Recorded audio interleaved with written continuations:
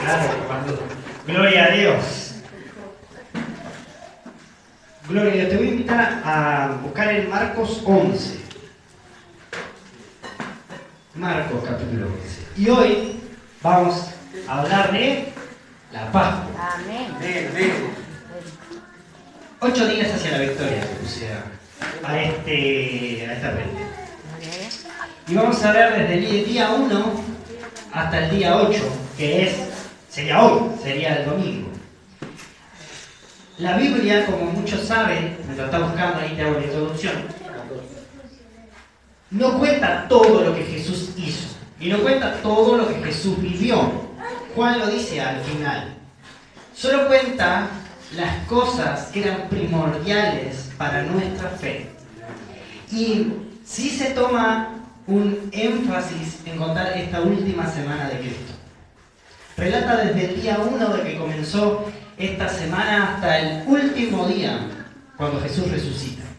Lo hace día por día, se toma ese tiempo. La mitad de casi todos los evangelios relatan día a día lo que Jesús hacía y lo que vivía, hasta la crucifixión, después el sábado, que es el día donde aparentemente no pasa nada, y el domingo que resucita. Y vamos a intentar dar eso como por arriba, ¿no? Porque cada día podríamos hacer una prédica entera de cada día. No nos vamos más. Así que, y obviamente me va a tirar con algo ahí la silla.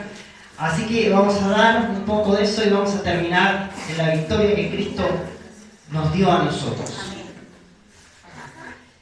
Y el primer día, domingo 1, día 1, empieza esta historia, esta semana, con la entrada triunfal de Jesús a Jerusalén. Volviendo ahí Jesús a Jerusalén. Y le puse luz, cámara y alegría. Este primer día, este primer domingo, parece que todo va sobre ruedas. ¿Viste cuando algo parece en tu vida que va impresionante, que no podía ir mejor? Bueno, así arranca la semana. Jesús arranca entrando ahí y todo el mundo está ahí esperándolo. Y lo leemos, dice entrada triunfal en Jerusalén, Marcos 11.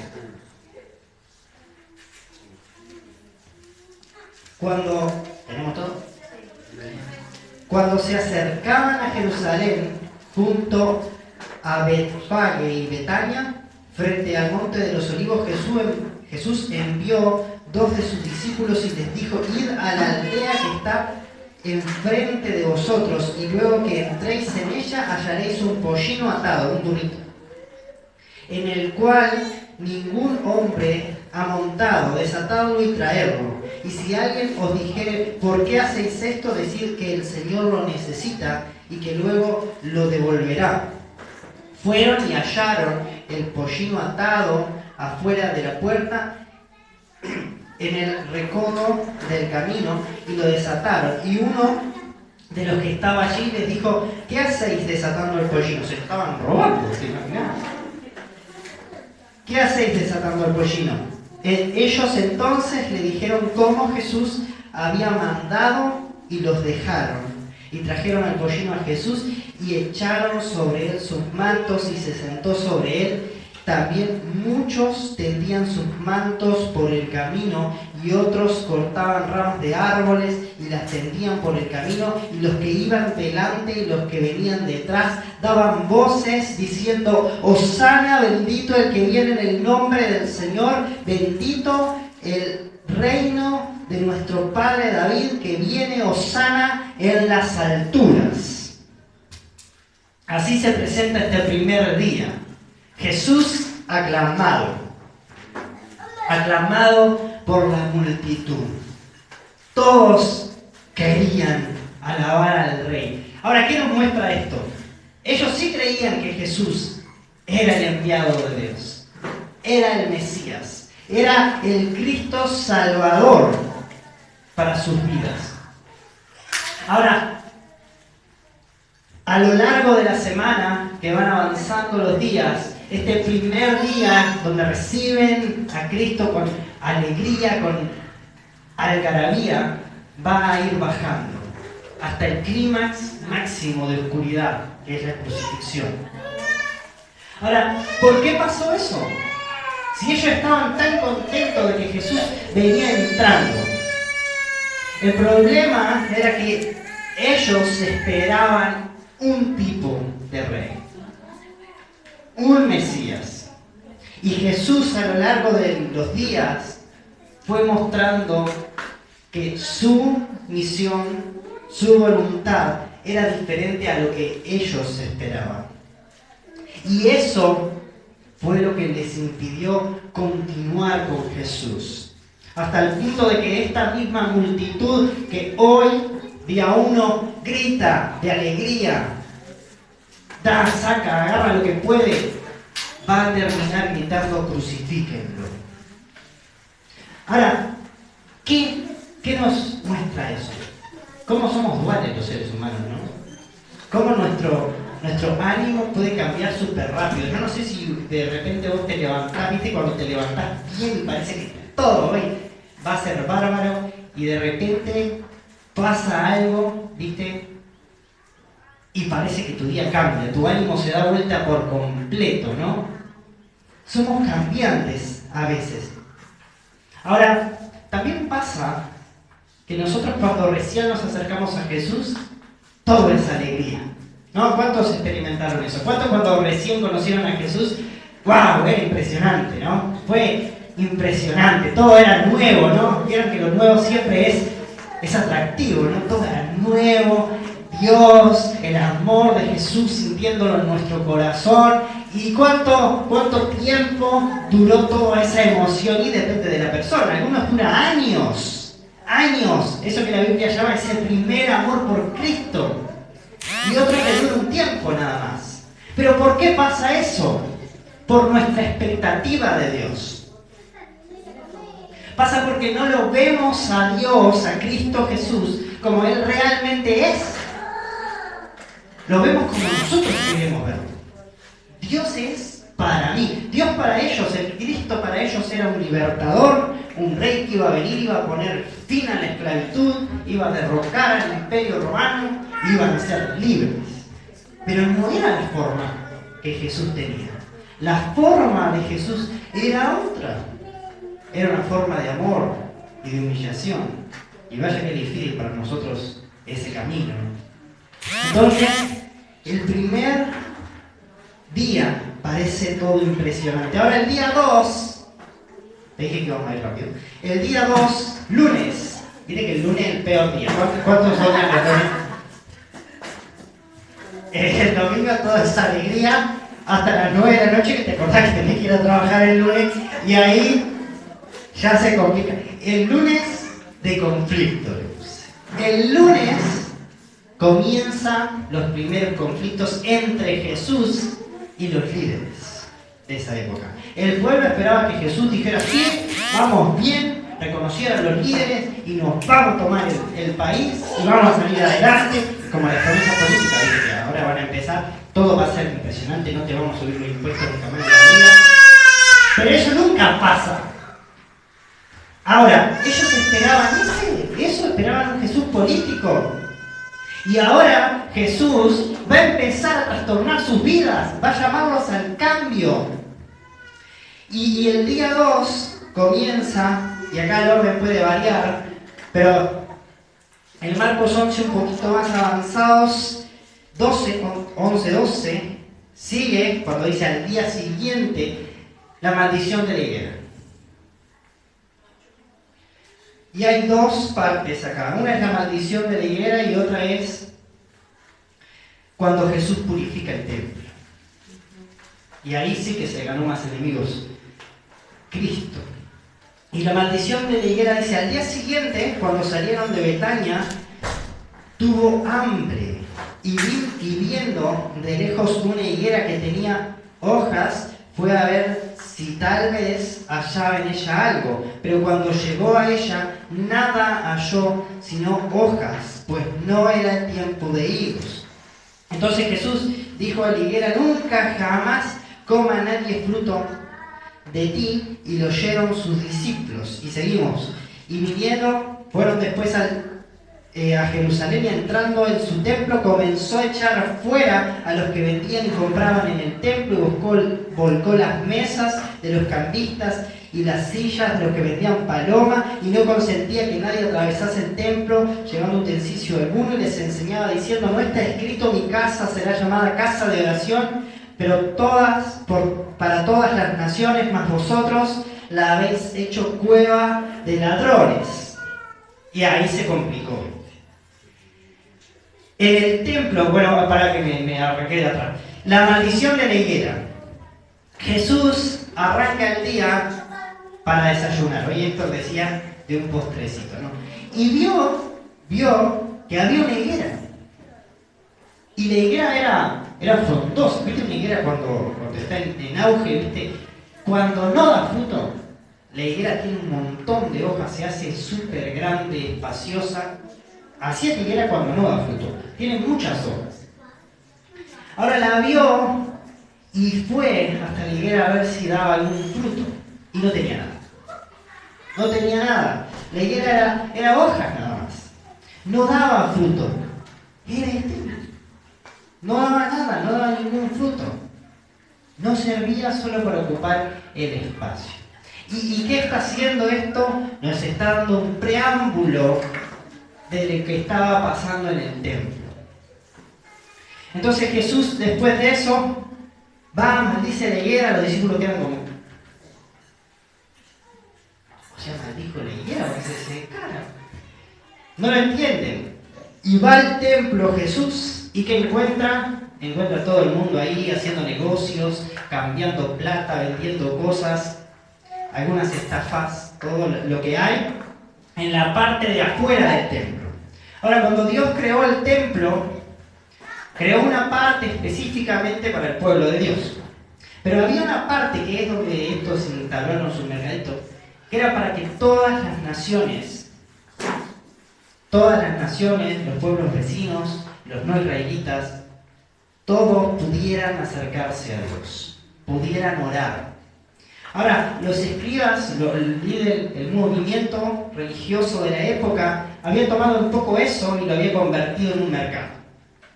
Y eso es lo que enoja a Jesús. Ellos eran egoístas.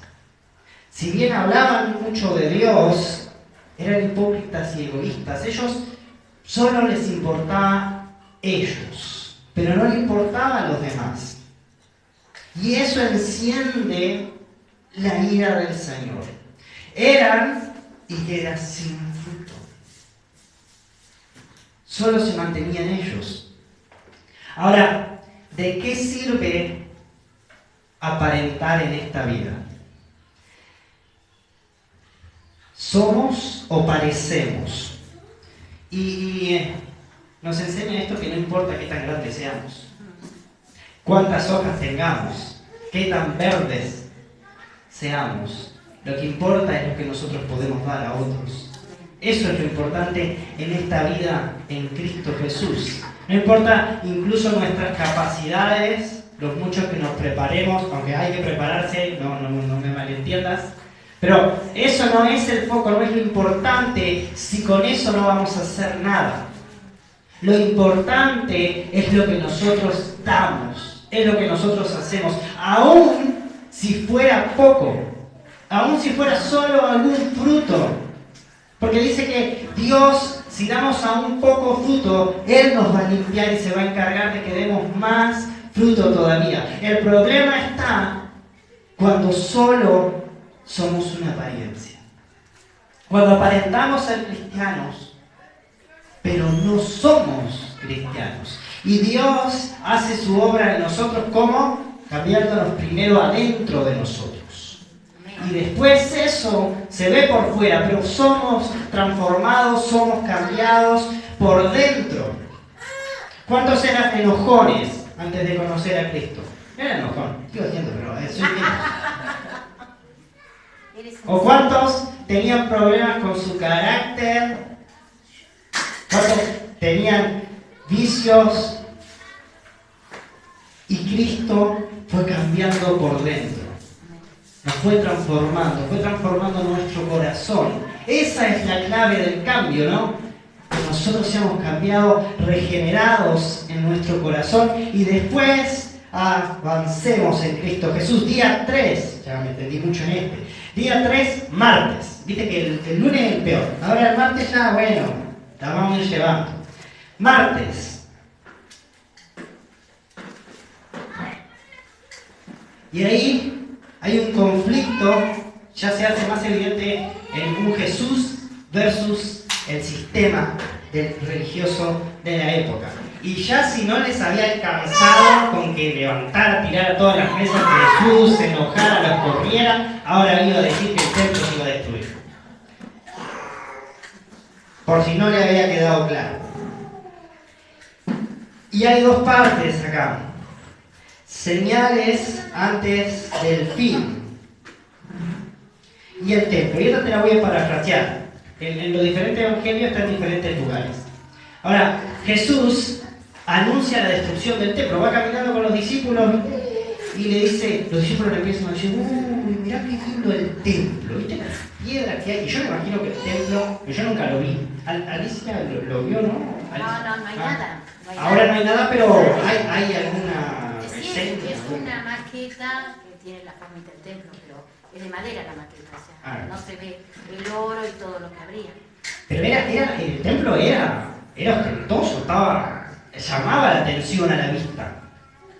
Y los discípulos lo ven y dicen, mirá, es impresionante, ¿no? Y Jesús le dice, maravillan de esto, les digo que no va a quedar piedra sobre piedra. Y lo dicen fuerte, viste que no sé si vos caminaste con personas o te toca andar con personas que vos le decís algo bajito, ¿viste? Y lo dicen fuerte, ¿viste? Te dejan pegado, vos decís, no, que te... Ay, bueno, y Jesús lo dijo fuerte, cosa de que si iban a acusarlo de algo, estuvieran, ¿viste? Y dice, te digo que no va a quedar piedra sobre piedra, no va a quedar nada, se va a destruir por completo. Y ahí está profetizando Dios, en una parte. En el año 70 después de Cristo, los judíos se intentan rebelar contra el Imperio Romano, y Roma, ¿qué hace? Los aplasta. Era una decisión sumamente tonta, y Roma, ¿qué hace? Destruye el símbolo de ellos, y destruye el templo. Lo incendia, lo prende fuego, lo destruye, lo deja en ruinas. Ahora, eso es la parte profética, pero también Jesús estaba hablando de sí mismo. Era él mismo el templo. Iba a ser destruido, iba a morir, pero en 3 días iba a volver a nacer. Iba a volver a surgir. Y estaba hablando ahí como entre líneas de él mismo. Y también les estaba diciendo a sus discípulos, va a llegar un momento donde el templo físico ya no va a importar. Donde ustedes mismos van a tener que ser. Van a tener que ser ese templo. A donde vayan van a tener que llevar la presencia de Dios. Y ahí estaba. Y después las señales antes del fin. Jesús pone énfasis en algo. Viste que, voy a empezar por esta parte. ¿Cuántos han escuchado todas las predicciones del fin del mundo que hay desde que la historia se creó? Porque las que no conocemos yo supongo que hay un montón más. Pero viste que el que yo me acuerdo más fue la predicción de los mayas y todo, que se terminó el mundo, ya no me acuerdo si era en el 2000, en el 2000 era que se terminó el mundo, o en el 2020. Un día de todos esos. Y después la van estirando, ¿viste? Porque no se termina nunca más el mundo, y la van estirando. No, en el 2023 se termina el mundo. Antes era con la pandemia terminaba el mundo. Y eso siempre pasó. Surgían personas que decían, se viene el final. Y Jesús dice, no se preocupen por el final. Va a haber señales, va a haber señales. Pero sepan que muchas cosas van a pasar antes. Ahora, su enfoque tiene que ser otro. El enfoque no es el final, no es cuándo se va a terminar todo.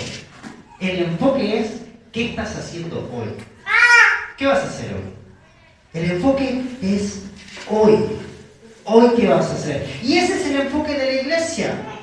Yo en mucho tiempo, porque aparte a mí me gusta todo el debate y acá, y me gusta conocer, sobre todo lo que no sé ni meterme en eso.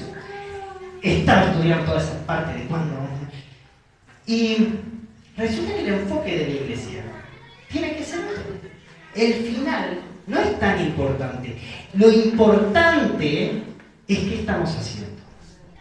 ¿Estamos llevando el mensaje de Dios al mundo? ¿Estamos llevando el mensaje de Dios al vecino? ¿Estamos llevando el mensaje de Dios en el ámbito que sea, que tenemos la oportunidad hoy, que quizá mañana ya no la tengamos? Si el fin llegase mañana, hicimos hoy lo necesario para que otros conozcan el arrepentimiento y se vuelvan a Dios. Eso les estaba diciendo, enfóquense en mí. Muchas cosas lo van a querer distraer. Enfóquense en mí. Día 4. Acá ya se pone más intensa.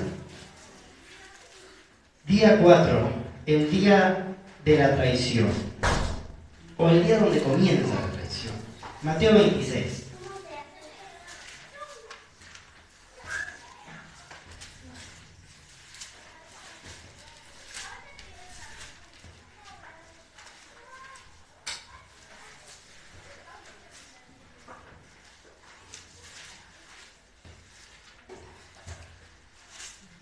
Vamos a leer el 14, cuando Judas se ofrece a entregar a Jesús. Acá, en el día 4, ya Jesús se estaba volviendo demasiado peligroso, estaba confrontándose mucho con los escribas y fariseos, y cómo se resuelve esto, y deciden hacer un complot para matarlo. Así se resuelven las cosas, ¿no? Deciden empezar a hacer tramas. Porque claro, no tenían nada para hacer contra Jesús. Entonces, ¿qué tenían que hacer? Inventar, mentir o encontrar la forma. Y empiezan a planear. Y siempre hay una oportunidad para hacerlo mal. En esta vida, siempre tenemos una oportunidad de hacerlo bueno y tenemos siempre una oportunidad de hacerlo malo. Incluso más todavía. ¿Y quién llega a esta escena? Judas. El fiel amigo. Y dice el 14, entonces uno de los 12 que se llamaba Judas Iscariote fue a los principales sacerdotes y les dijo, ¿qué me queréis dar? Y yo os lo entregaré. Y ellos le asignaron 30 piezas de plata y desde entonces buscaban oportunidad para entregarlo. Por 30 piezas de plata, Judas iba a entregar a Jesús. Ahora, la oscuridad, como te decía, parece ir creciendo. Parece que ahora todo empieza a oscurecerse más para Jesús, para sus discípulos. Y Judas era un cercano a Jesús. Era un amigo de Jesús. Caminaba todos los días con Jesús. Veía los milagros de Dios todos los días. Estaba ahí. 3 años había caminado con Jesús. Tenía tiempo ya. Pero ¿qué pasaba? Pasaba lo mismo que en el día 1. Él quería a un Cristo, a un Salvador diferente. Y entonces empezó a haber dudas en él, dudas en su corazón, y empezó a pensar, este verdaderamente no será el Cristo, capaz que es un profeta más,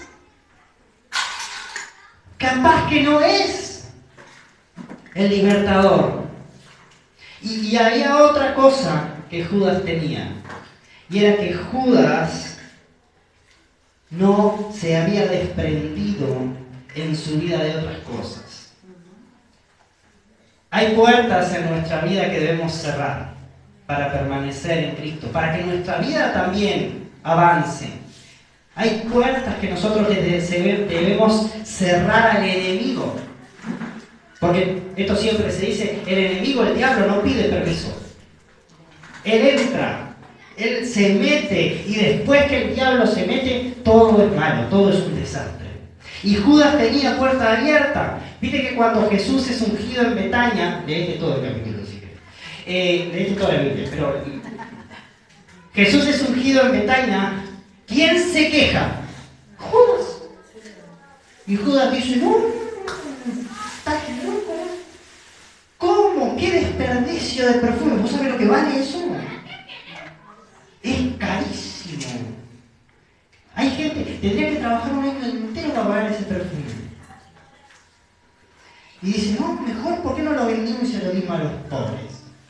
Ahora, dice que Judas sacaba de lo que Jesús tenía, se lo agarraba para él. Era avaro. Era un ladrón Judas. Y él no se había desprendido de su avaricia para seguir a Jesús. No se había desprendido de sus prejuicios para seguir a Jesús. Y eso le dio al enemigo el entrar ahí en Judas. Y Judas se convierte en un opuesto. Viste que hay una parte donde Jesús está diciendo, no, ahora me van a llamar y voy a morir. Y de repente Pedro ahí le dice, no, ¿cómo va a pasar eso? No, tené compasión de vos mismo. ¿Qué estás diciendo? Para faltó la cachetada de Pedro. Y Jesús le dice, apártate de mí, Satanás. Pero nunca le dijo Satanás a Judas. Y Judas sí que estaba satanizado. El opuesto. Satán significa opuesto. Judas se volvió en un opuesto. Pero no solo por ese momento como Pedro, que él no entendía a Pedro las cosas. No, se volvió un opuesto en la voluntad de Dios completa. Y entonces el diablo hizo su obra. Y Judas, te voy a adelantar al final, Judas se entrega a Jesús y jamás se puede perdonar por eso que hizo. Y se suicida. El diablo destruye vidas. El diablo solo quiere una cosa y es destruirnos. Y si nos puede usar para causar daño a otros, lo va a hacer. Pero aún si no le causamos daño a nadie, Él nos va a destruir a nosotros. Él siempre va a buscar destruirte. El mundo siempre va a buscar destruirte. Entonces, que podamos cerrar esas puertas. Mirar primero cuáles son las puertas abiertas que nosotros tenemos. No parecían tan graves las de Judas, pero mirá lo grave que fueron. Por plata traicionó al maestro. Día 5. Seguimos ahí en Mateo 26.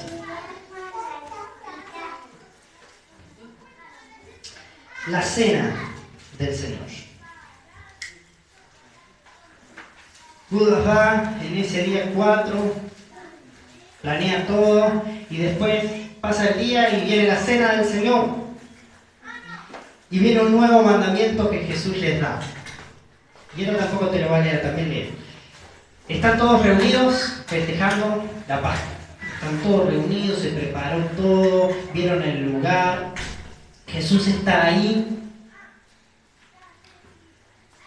y les da un nuevo mandamiento. Y dice, un nuevo mandamiento les doy. Que se amen unos a otros. Y Jesús les está diciendo, va a haber algo nuevo ahora. Va a haber un nuevo comienzo. Todo se va a poner muchísimo peor. Pero va a haber un nuevo comienzo. Un nuevo pacto en mi sangre. Va a haber redención de sus pecados. Hasta ahora estaba todo bien, pero ninguno era redimido. Ahora van a ser redimidos del dominio del pecado. Ahora van a ser portadores de esperanza. Y les está dando aliento. ¿Por qué? Porque se viene una etapa difícil para sus discípulos. También para Cristo Jesús. Pero sus discípulos van a tener un quebrantamiento en su vida. Van a tener que enfrentarse a dudas, a conflictos que hasta ahora no se habían enfrentado.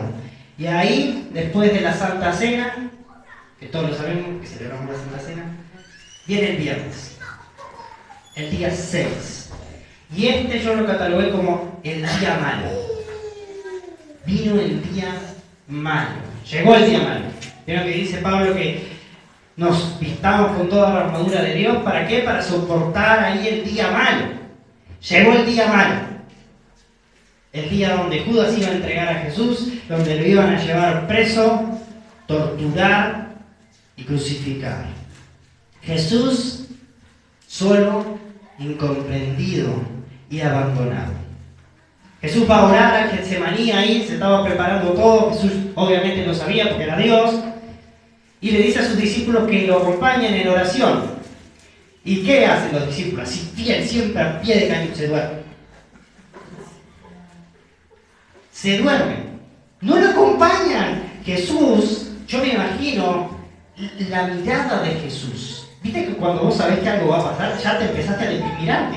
Imagínate Jesús que conocía lo que iba a pasar. Su cara había cambiado. Estaba preocupado. El dolor había invadido. Y sus amigos estaba solo ahí. Lo habían abandonado. Vienen, lo arrestan a Jesús y ahí Pedro tiene un momento de valentía. Porque Pedro era arrebatado. Y le corta la oreja al centurión. Y ya se pone como que se terminó. Acá nos tomamos Roma. Porque Pedro estaba en su lucha de si Jesús era el camino del amor o si nos vamos a matar a todos. Estaba ahí. Tenía problemas todavía. Y ahí le dice a Jesús, no es el camino este. El camino es diferente, Pedro, ya lo vas a entender. Y lo llevan preso a Jesús, lo torturan, y Pedro, que le había dicho, yo voy a morir con vos, y Jesús le dice, tened cuidado con lo que decís, Pedro. Hay que tener cuidado con lo que le prometemos a Dios. ¿Cuántos le prometieron cosas a Dios algún día? Y después Dios te lleva a cumplirla. Hay que tener cuidado con lo que le prometemos. Y Pedro está ahí y lo niega a Jesús. Dice, no, yo no tengo ni idea quién es, no lo conozco. Solo queda Jesús. Ahora Pedro dice que sufre amargamente eso porque él siente que traicionó a Dios. ¿Y qué hace? Huye. Y así reaccionamos, y me voy a meter en esto, muchas personas, cuando sentimos que hemos fallado, que hemos fracasado, que hemos traicionado a Dios, algunos en cosas que parecen no muy grandes, otros ya lo sienten en cosas que parecen pequeñas, pero reaccionamos así. ¿Y qué hacemos? Huimos de la presencia de Dios. Pedro podía seguir estando ahí, pero no, huyó. Va, llora amargamente, pero no vuelve más. Jesús lo tiene que ir a buscar después. Huye. La culpa lo iba a consumir a Pedro. Pero Jesús tenía todo bajo control. Dios tiene el control. Aún en el momento más oscuro, Jesús estaba pasando el día más terrible de su vida. Los discípulos estaban pasando el día más terrible de sus vidas. María estaba pasando el día más terrible de su vida. Pero Dios seguía teniendo el control. Dios seguía teniendo su plan. Y así hay momentos en la vida, ¿no? Parece que todo va bien y de repente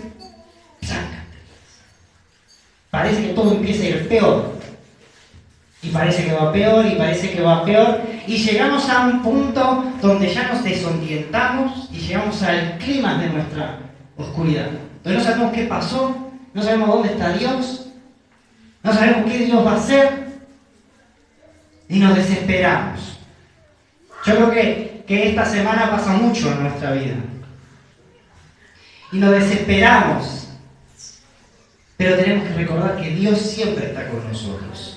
Dios sigue estando ahí.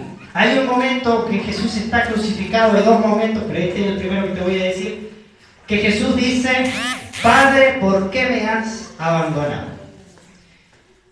¿Y cuántos se han sentido abandonados por Dios en momentos difíciles? O por lo menos no tan cercanos a Dios. No me conté. Pero Jesús no era solo un sentimiento que él tenía. Jesús, Dios lo había abandonado de verdad.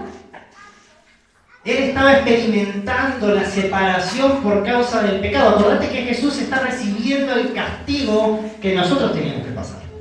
Así que Él sí lo está recibiendo completo. A vos, a mí, Dios nunca nos abandona. Lo podemos sentir, pero es nuestra emoción la que dice, uy, no, Dios no está cerca. No, es algo emocional, pero Dios siempre está con nosotros. Siempre. Ahora eso lo logró Cristo en la cruz. Pero Cristo sí estaba solo. Él sentía la separación por causa del pecado que cargaba sobre sus hombros. Y después, antes de morir, ahí cuando le dan vinagre, dice, consumado es. Hecho está. Yo siempre digo que es hecho está. Pero dice que esta palabra no es hecho está solamente. Dice que tiene 3 significados. En la parte tipo económica, en la parte de lucha, de guerra y en la parte de ley. Dice que significa que toda deuda está pagada. Gloria a Dios. El precio de la deuda es pagado. El precio de nuestra deuda quedó pagado. Vencimos en la guerra. La victoria ya está. Se terminó la guerra. Victoria sobre nosotros mismos, sobre el pecado y la maldad. Y que en la ley dice que la condena, la sentencia es cumplida.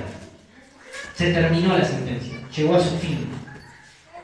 Todo está hecho, consumado es.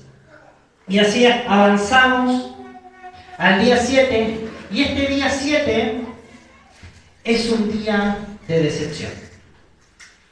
Jesús murió el día anterior, era día santo, era sábado, y la tumba estaba tapada, ahí la habían tapado y se habían asegurado por las dudas que el muerto saliera. Le habían puesto una piedra y en la piedra le habían puesto un sello, ahí de donde quedaba la piedra y la entrada de la cosa, de la tumba. Un sello romano. El que moviera la piedra, que si podía moverla, iba a romper el sello y ahí sí que se la tenía que arreglar con ropa. Cosa de que ninguno se tentara, porque los sacerdotes pensaban que alguien iba a ir a sacar el cuerpo de Jesús porque le había anunciado que iba a resucitar. Entonces, mandan soldados, todo, para que estén ahí, que lo cuiden. Y ahí yo creo que este es el peor día de los discípulos. El día de la decepción. Porque incluso con la crucifixión pienso que muchos todavía esperaban que Cristo se recuperara de sus heridas y volviera, ¿no? Como habían visto los milagros. Pero viste que el tiempo hace estragos en la vida. Dice que el tiempo sana todas las heridas, ¿no? Mentira. El tiempo hace estragos en la vida. Si vos permanecés con una herida mucho tiempo, te engangrenás. Y si permaneces con una herida emocional mucho tiempo, te amargas. Raíces de amargura, dice Pablo. El tiempo no sana nada, el tiempo lo empeora. Vos no le tenés que dar tiempo, tenés que sanar. Si tenés una herida, tenés que sanar, no tenés que darle tiempo. Y el tiempo estaba haciendo estragos en los discípulos, se habían reunido todos deprimidos. ¿Viste? Estaban como en la cueva de Adulán. Estaban todos deprimidos y fracasados por la vida, reunidos, llorando pena uno con otro. ¿Y quién tenía todavía convicción en su corazón? Las mujeres. Gloria a Dios. Las mujeres tenían convicción en su corazón. Los discípulos estaban todos ahí. Y las mujeres estaban ahí expectantes. Es cierto, estaban mal, estaban tristes. Pero había esperanza en su corazón. Y el día 8 es el día del triunfo infinito. La victoria llega en ese día 8. Y en este no te puse el versículo porque están en todos los finales de todos los evangelios. El domingo de resurrección. Y hoy leía, las mujeres van, depende de los evangelios que leas, se va a omitir alguna parte, alguna había medio machista. No, las mujeres van ahí a llevarle especies aromáticas a la tumba de Jesús y alguien le tenía que abrir la piedra. sacarle la piedra. Y iban pensando ahí de quién iba a abrir la piedra. Pero iban. Eso es lo que los discípulos no iban. Las mujeres iban, había algo en su corazón que las impulsaba a ir. Y ahí cuando llegan se encuentran la tumba abierta. La piedra removida. Dice que sintieron un temblor antes, por eso van. Y la tumba está, la piedra sacada, removida. Y entonces piensan, el primer impacto, ¿no? Uy, se robaron el cuerpo. Pero después están los ángeles que ahí aparecen y les da miedo y le dicen algo. El que buscan no está aquí, ha resucitado. Hoy lo debería esto. Ha resucitado. Vayan y díganselo a sus discípulos. La muerte fue vencida. Hay victoria en Jesús. Ahora hay un reino con un rey que no tiene fin. No hay ya imposibles. No hay límites. Hay esperanza viva, eterna. Hay vida nueva. Cristo ha resucitado. Vayan y anúncienlo. Y después salen corriendo a anunciarlo. La fe movía sus corazones. Ahí estaba. Hay victoria en Jesús. Salieron corriendo a decirle a sus discípulos, hay victoria, y resucitó. Le dicen, pero nada. Qué gente creyente así como... No lo podían creer. ¿Por qué? Porque las emociones lo dominaban. Cegaban su vista y Jesús lo tiene que ir a buscar.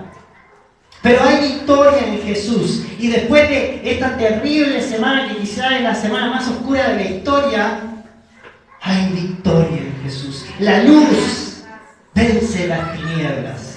Así que no importa en nuestra vida cuánto tiempo los problemas estén ahí. No importa. No importa si es una semana o un mes. Siempre hay un día de victoria. Siempre hay un tercer día de resurrección. Jesús murió, sí, 3 días.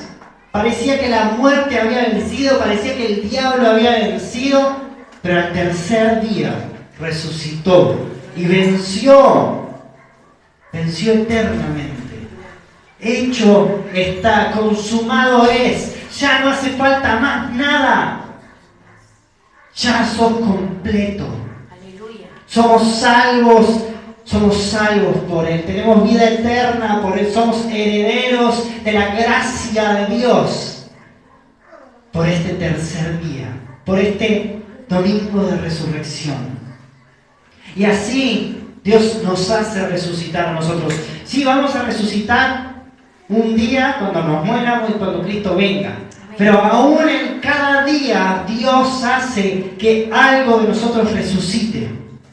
Cuando nos sentimos agobiados, desesperados, cuando la pasamos mal, cuando las cosas parecen que no salen, Dios resucita nuestro interior, nuestro ánimo nuevo, para que volvamos a Él, para que le busquemos, para que tengamos vida y vida en abundancia. Te quiero invitar a ponerte de pie. Cerra tus ojos, vamos a orar. Señor, te damos gracias. Gracias, Señor, por tu sacrificio en la cruz, Señor.